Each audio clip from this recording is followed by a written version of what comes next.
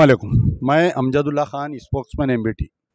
मैं फ़िलहाल जो हूँ ये कमाकोल टोल प्लाज़ा यानी संगारेड्डी चौरस्ते के आगे जो सदाशिवपेट है, सदाशिवपेट के आगे। इशू ये है कि 11 तारीख के दिन यहाँ पर एक अनंतरम अनंतरम ग्राम पंचायत, गुम्मडी दाला पंचायत, संगारेड्डी डिस्ट्रिक्ट, यहाँ पर जो है एक वाक़या पेश आया। वाक़या ये है कि मोहम्मद इस्माइल जो है रात के औक़ात में ये कहीं पेशाब कर रहे थे। इनके पेशाब करने पर दो लोग, वीरा रेड्डी और विजय रेड्डी, ये दो लोग जो है एतराज़ किए कि यहाँ पर तो उन्होंने बोले ये रोड है, मैं पेशाब कर रहा हूँ। दोनों में कुछ बहस तकरार हुई। कुछ ही देर के बाद में तकरीबन 30 से 40 लोग जमा होकर गांव में ये मोहम्मद इस्माइल के घर पे हमला किए।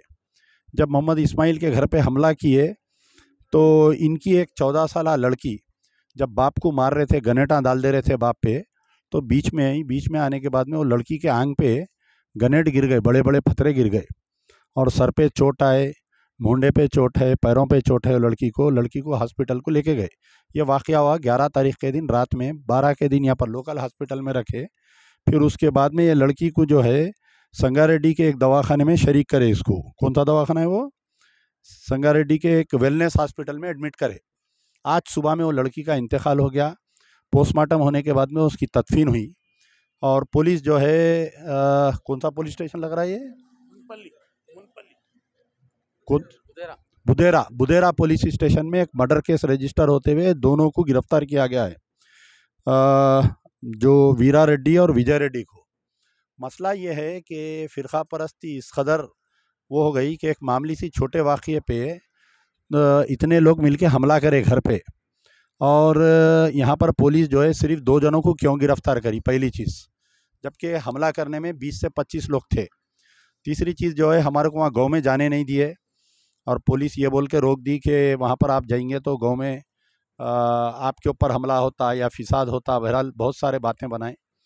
तो हम भी नहीं चाहते कि माहौल को बिगाड़ना, इसलिए हम लोग यहाँ पर गाँव से एक 5 किलोमीटर दूर ये शहाबुद्दीन ढाबे पे बैठे हम लोग। और हम चाहते थे कि उनके वालिदैन से या उनके भाई से मिलना। तो हमारे, आपका नाम क्या है? हमारे मोहम्मद साहब उन लोग गए थे अंदर उनको बुलाने के लिए, लेकिन वहाँ पर भी एक डर और खौफ का माहौल है। लड़की के वालिदैन से, मरहूम लड़की के वालिदैन से मेरे को मिलने नहीं दिए। आखिर क्यों मिलने नहीं दे रही? और बड़े हैरत की बात है कि ये जो मुकाम है, यहाँ के जो एमएलए है दामोदर राज नरसिम्हा, यानी यहाँ पर हेल्थ मिनिस्टर है, जो साबिक़ा में डिप्टी चीफ मिनिस्टर भी थे।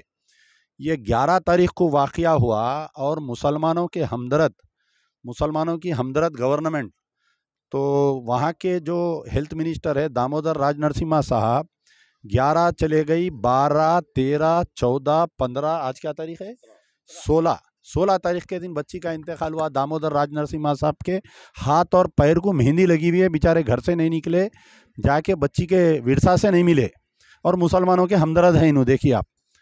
तो मेरा मुतालबा है कि सबसे पहले तो इसके ऊपर जो है एक सिटिंग हाई कोर्ट के जज से इसकी तहकीकात होना चाहिए। और ये 2 लोग ने, इसके अंदर जितने हैं 20-25 लोग, सारों के ऊपर FIR होना चाहिए। और आखिर क्या वजह है, इतना क्यों डरा दिए उनके वालिदैन को जो हमसे मिलने से रोक रहे हैं उनको? भाई हमसे क्यों नहीं मिलने दे रहे हैं उनको? पहला सवाल है, वो लोग क्यों नहीं मिलना चाह रहे हैं हमारे से? और इनको जो है कंपनसेशन ऐलान करते हुए 20 से 25 लाख रुपए कंपनसेशन देना और इसके एक अफराद ख़ानदान को नौकरी देना और जो गवर्नमेंट की इंदिरम्मा इल्लू स्कीम में इनको घर देना चाहिए। और मैं फिर बोल रहा हूँ, कांग्रेस के अक़लियती कायदीन तमाम खामोश है इस मसले पर।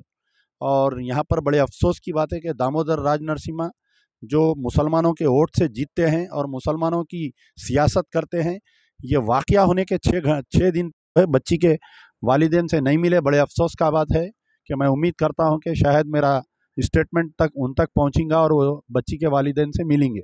शुक्रिया। यार जिंदा, सोबत बाकी।